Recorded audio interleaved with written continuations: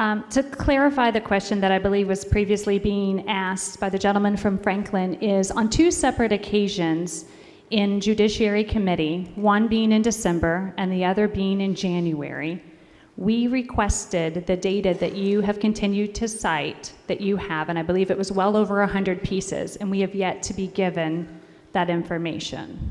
Is there anybody else that you have given that information to that I am unaware of?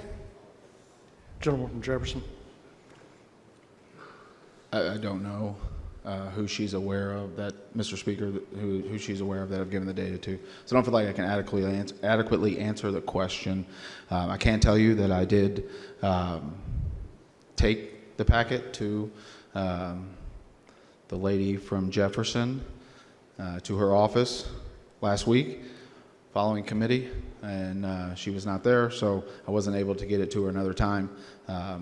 So happy to share it with everyone following the session here. Lady from Jefferson 34. I'm sorry, I don't understand. The clarifying question is when you say the lady from Jefferson, there are several of us. Do you mean myself, the lady from Jefferson 34? Gentleman from Jefferson 28. Mr. Speaker, I do not.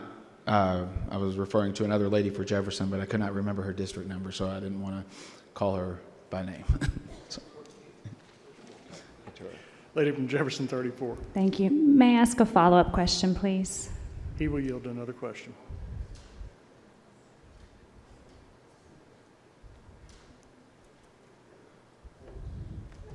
He will yield to another question. Okay, thank you.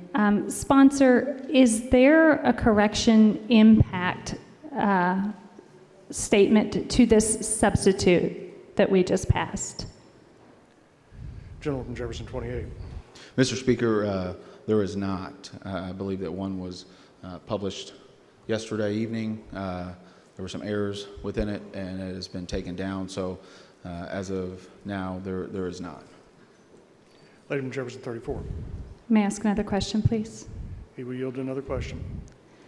The fiscal impact that we had previous to the substitute was provided by the Department of Corrections, and it had said that the fiscal note on this bill at the local and state level is over $1 million.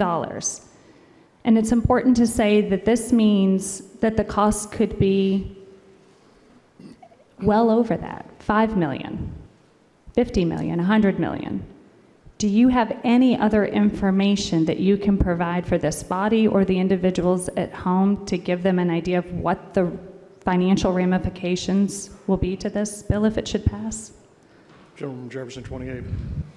Mr. Speaker, I do.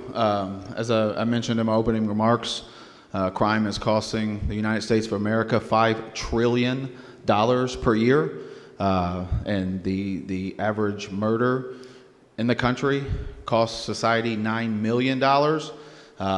And so the cost of crime is extraordinary. It certainly pales in comparison to the greater than $1 million listed on the fiscal note from the original bill.